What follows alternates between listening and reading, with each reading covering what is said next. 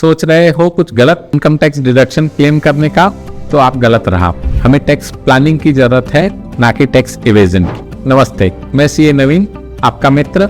नमस्ते फिनटेक से।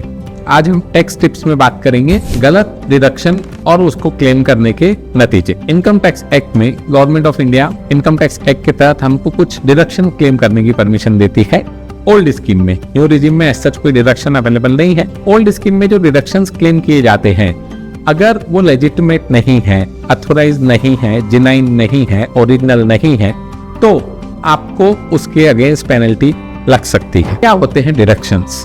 तो सबसे पहले LIC का प्रीमियम अगर आपने पे किया तो 1000 रुपए तक आपको इसका डिडक्शन मिलता है। PPF में अगर आपने इन्वेस्ट किया, बच्चों की स्कूल फी आपने भरी, ट्यूशन फी और स्कूल फी कंप्लीटली, आपने हाउसिंग लोन का इंटरेस्ट पे किया, आपने एजुकेशन लोन का इंटरेस्ट पे किया, इन सब चीजों का जो डिडक्शन हम क्लेम कर सकते हैं वो हमेशा हमारे बैंक स्टेटमेंट्स, हमारे ट्रांजेक्शन्स के साथ एक्चुअल मैच होने चाहिए। कुछ लोग इनकम टैक्स बचाने के लिए हायर इनकम तो दिखा देते हैं, पर इनकम टैक्स को कम करने के लिए गलत डिडक्शन क्लेम करते हैं, जिसे हम फेक डिडक्शंस कहते हैं। इसमें अगर मिसमैच आता है तो आपको नोटिस आता है अंडर सेक्शन 143(1), अगर अमाउंट पे मिसमैच है तो। पर अगर आपका अमाउंट बहुत ज्यादा है, जो जेन्युइननेस से बहुत परे है, तो फिर आपको अंडर 2 सेक्शन 70A पेनल्टी भी लग सकती है, जो आपके टैक्स अमाउंट का 50% तक अमाउंट जा सकता है।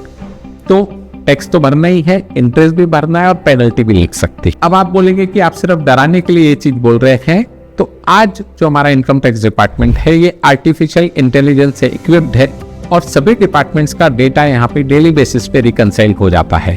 तो आप जो भी क्लेम कर रहे हैं उसका रिकंसिलेशन कंसर्न डिपार्टमेंट से, कंसर्न इन्वेस्टमेंट कंपनी से, कंसर्न बैंक से उनके पास ऑलरेडी आ चुका है, तो वो मैच कर लेते हैं बहुत इजीली। इसमें मैनुअल इंटरवेंशन का काम नहीं है और बहुत इजीली मिसमैच या फिर फॉल्स डिडक्शन का क्लेम दिख जाता है। तो हमें जरूरत किस चीज की है? एक्सपर्ट का गाइडेंस ले और टैक्स बचाने के लिए टैक्स प्लानिंग कीजिए, ना कि टैक्स एवेजन। और ऐसी और अन्य चीजों के लिए जुड़े रहिए नमस्ते फिनटेक्स के साथ।